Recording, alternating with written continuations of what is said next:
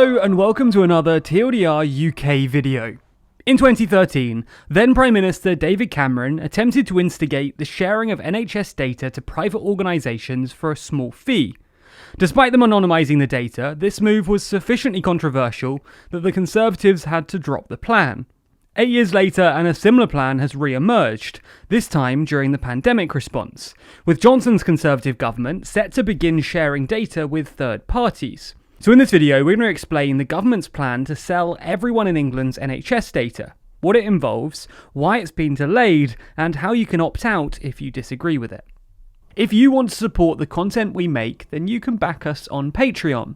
Doing so not only supports us as an independent, impartial news agency, but it also gets you perks like exclusive live events, discounts, the ability to vote on video topics, and access to our official office tour. Find out what you can get by clicking the link below. Now, it's worth saying up front that if you want to opt out of the NHS's data sharing program that we're going to talk about in this video, then the forms and information required to do so are linked in the description. You can watch the video and decide if you want to do that, but we didn't want to make you sit through the entire thing if you just want the forms. Anyway, let's get straight to it. If you're one of the 55 million NHS patients in England, then you should know that as part of its General Practitioner Data for Planning and Research programme, also known as GPDPR, the government is currently planning to put GP records into one massive NHS database, which will become available to third-party companies and researchers. Originally, GPDPR was supposed to come into action in July, but for reasons which will become clear in this video, it's subsequently been pushed back to September. GPDPR will give organisations access to the NHS's digital central database, containing data about diagnoses, symptoms, observations, test results, medications, allergies, immunisations, referrals, recalls and appointments, including information about physical, mental and sexual health. This will also include data about staff who have treated patients and data on sex, ethnicity and sexual orientation. Now, technically your data will have been anonymised, but there are two qualifications worth noting here. Firstly, given how specific this information is, it will at least be possible to cross-reference this database with other databases in order to re-identify the data. And secondly, NHS Digital will hold the keys to unlock the codes in certain circumstances and where there is valid legal reason. But what about the third parties? Well, according to NHS Digital, the data will only be used for health and care planning and research purposes by organisations which can show they have an appropriate legal basis and legitimate need to use it. And any data sharing will be overseen by the British Medical Association, the Royal College of GPs, and the independent group advising on the release of data, otherwise known as iGuard. The problem is that neither the NHS nor their chosen third parties have a great record when it comes to data sharing. In 2017, the UK's Information Commissioner ruled that the NHS had acted illegally in sharing information with Google's DeepMind AI without properly informing patients, and a whole load of third parties have been found guilty of privacy contract breaches, which usually means ignoring patient opt-outs. Furthermore, NHS Digital, along with the Office for National Statistics and Genomics England, already has a so-called safe setting, a secure data processing facility with layers of rules, approvals, protections and monitoring. But for some reason, the government hasn't made the safe setting mandatory for this new GP data. It is worth noting that NHS Digital won't be selling your data to make a profit. According to their website, NHS Digital states that it is publicly funding and we operate on a cost recovery basis, and that it does not charge for data, instead only covering the cost of processing and delivering its service. Now, if you're English, you're probably thinking at this point, how the hell didn't I know about this? Is it because I'm so appallingly informed that I missed this big announcement? But don't worry, it's not your fault, because the government hasn't done any PR for this whatsoever. Instead, they've left it to GPs to communicate with their patients.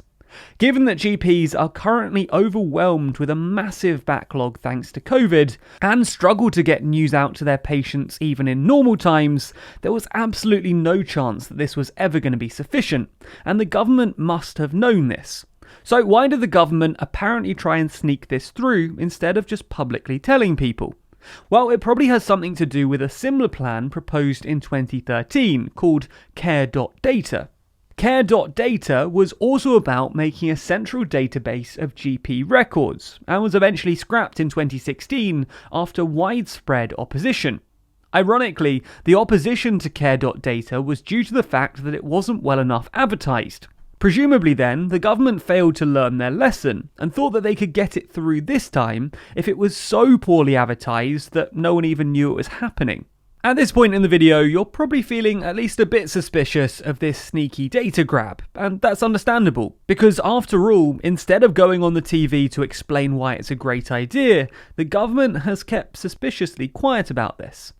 Maybe this is naive, but it's at least possible that if the government was more transparent about this sort of thing, people might be more willing to hand over their data. And this is actually a real shame, because if done properly, patient data can save lives. For example, the NHS has been collecting data on hospital admissions since 1989, and this led to the introduction of targeted bowel cancer screening, and more recently, Oxford University's recovery programme used NHS data to identify dexamethasone as an effective COVID therapy. Importantly though, the recovery programme required explicit consent from the patients, which just goes to show that maybe the government would be better off being a bit more transparent, or even just doing a bit more to ensure that patient data is being used properly. That way they could improve public trust and actually use the data for good.